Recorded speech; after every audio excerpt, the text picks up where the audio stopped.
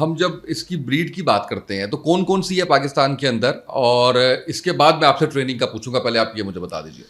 دیکھیے, آپ بنیادی طور پر گھوڑوں کو 3 حصوں میں ہم کلاسیفائی کرتے ہیں. Hot blooded animal, hot blooded horse, cold blooded horse and warm blooded horse. Hot blooded horses ہیں جیسے کہ تھورو بریڈ ہے, عریبینز ہیں, جو کہ جن کا ٹیمپرامنٹ بہت ہائی ہوا کرتا ہے. عام طور پر ان کے سم چھوٹے ہوتے ہیں, سائز میں بھی کچھ بہت زیادہ نہیں ہوتے. یہ بہت فاسٹ ہوتے ہیں, لیکن ان کا اسٹیمنا بھی آف کورس ہوتا ہے, بٹ ان میں کچھ زیادہ پاور نہیں ہوتی کہ یہ وزن کو لے کر آگے جا سکیں. ایک شارٹ ٹرم پرفارمنس کے لیے یہ اچھے ہارسز ہوتے ہیں. سو عریبین ہارسز ہیں, they are very good in endurance, لمبے لمبے سفر طے کرنا ایک ڈیسنٹ سپیڈ میں. اسی طرح عریبین ہارسز آپ کو پتہ ہے کہ وہ بنیادی طور پر بیسک جو گھوڑوں کی بریڈ تھی, سب سے پرانی بریڈ ہے یہ. سو ان تمام بریڈز میں اس کا کوئی نہ کوئی رول ہے. اسی طرح تھورو بریڈ جو ہیں وہ ریسز میں استعمال ہوتے ہیں, کیونکہ کم سے کم ٹائم میں کوئی خاص فاصلہ طے کرنا, یہ ایک اس کی صلاحیت ہے. پھر ایونٹنگ کے جتنے ہارسز ہوتے ہیں اس کے اندر تھورو بلڈ جو ہے وہ بڑا پوٹنٹ ہوتا ہے. اسی طرح اب کولڈ بلڈڈ ہارسز کون سے ہیں؟ یہ اس کی اپوزٹ چیز ہے. یہ وہ ہیں جو تیز نہیں ہیں لیکن پاورفل ہے. سو دیر فور آپ دیکھتے ہیں کہ ہمارے اہل تشیع بھائی جو شبیب بڑے بڑے گھوڑے ہوتے ہیں, they are cold blooded horses. Okay, بڑے بڑے سم ہیں, موٹی موٹی ہڈی ہے, بڑی صحت مند. بڑی یہ صحت ہے, غلط ہے, صحت مند کی بات نہیں ہے. اچھا, وہ بریڈ ہی ایسی ہے. Okay okay okay okay okay, وہ بریڈ ہے, کیونکہ صحت مند دوسرا بھی ہو سکتا ہے. اس کی اگر باڈی ہی چھوٹی ہے تو ہم اس انداز سے تگڑا گھوڑا ہے. سو کولڈ بلڈڈ ہارسز جو ہیں ان کے اندر ویٹ لفٹنگ کیپیبلٹی, ویٹ کو کیری کرنا, اس کی کیپیبلٹی ہوتی ہے. سو دیر فور یہ گھوڑے استعمال ہوتے تھے وزن کھینچنے میں. ٹریکٹر سے پہلے یہ استعمال ہوتے تھے, یا جو جنگوں میں بڑی بڑی کیننز لے کر جانی ہوتی تھیں. اگر آپ نے وہ جرمن کینن دیکھی ہو ریلوے پر لے کر جا, وہ تو خیر ریلوے پر تھی, بٹ جہاں ریلوے ٹریکس نہیں ہوتے تھے وہاں یہ ہارسز جو ہیں وہ پل کیا کرتے تھے.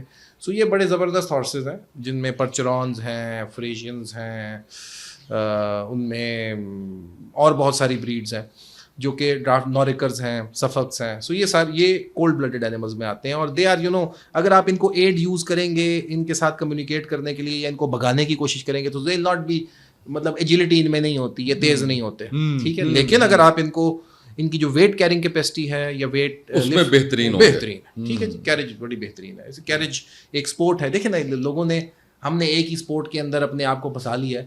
ہارسز جب ہم مختلف سپورٹس ہم نے ختم کر دیں تو ہم نے بہت سارے ہارسز جو سپورٹ کو سپورٹ کرتے تھے وہ بھی ختم ہو گئے, ان کا پرپز ختم ہو گئے, ٹھیک ہے جی.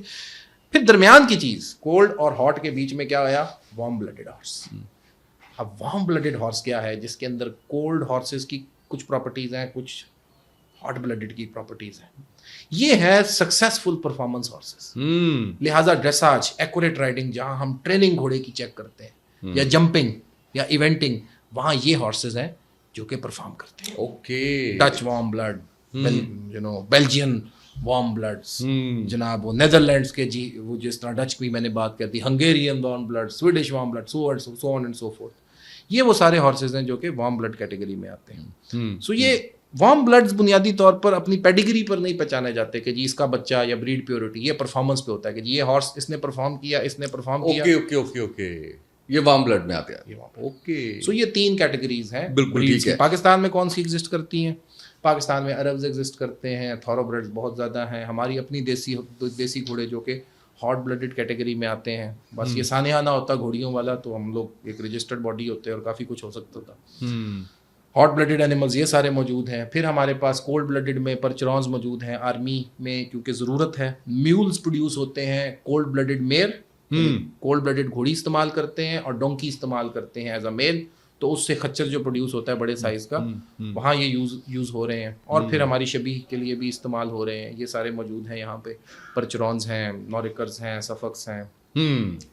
پھر وارم بلڈ میں ہمارے پاس زیادہ آپشنز نہیں ہیں. اوکے, ہینوویرینز اور کلیولینڈ, یہ سارے کلیولینڈ بے, یہ گھوڑے جو ہیں یہ آرمی میں گفٹ کیے گئے پہلے, اور ان سے کچھ معاملات چل رہے ہیں. لیکن وہ انٹیلیجنٹ بریڈنگ یا وہ بریڈنگ جو کسی اسپورٹ کی طرف جا سکے وہ انفارچونیٹلی جو ہے وہ نہیں ہو سکی. In fact I have seen a very good Anglo Arabian mare جس سے میول پیدا کیا جا رہا تھا.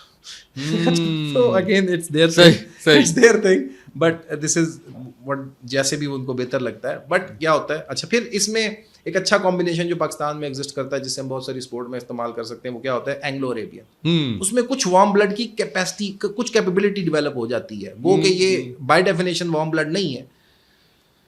عربین اسٹالین یا عربین ایک ہاف عربین لیتے ہیں اور ایک ہاف جو ہے وہ تھارو بریڈ لیتے ہیں, اور اس سے جو اینیملس پروڈیوس ہوتے ہیں ان کو ہم اینگلو عربین. یہ وہ نسلیں ہیں جو کہ پھر آپ نے کوشچن کیا کہ گھوڑوں کو ٹریننگ کیسے, کس طرح سے, کتنا ٹائم لگتا ہے.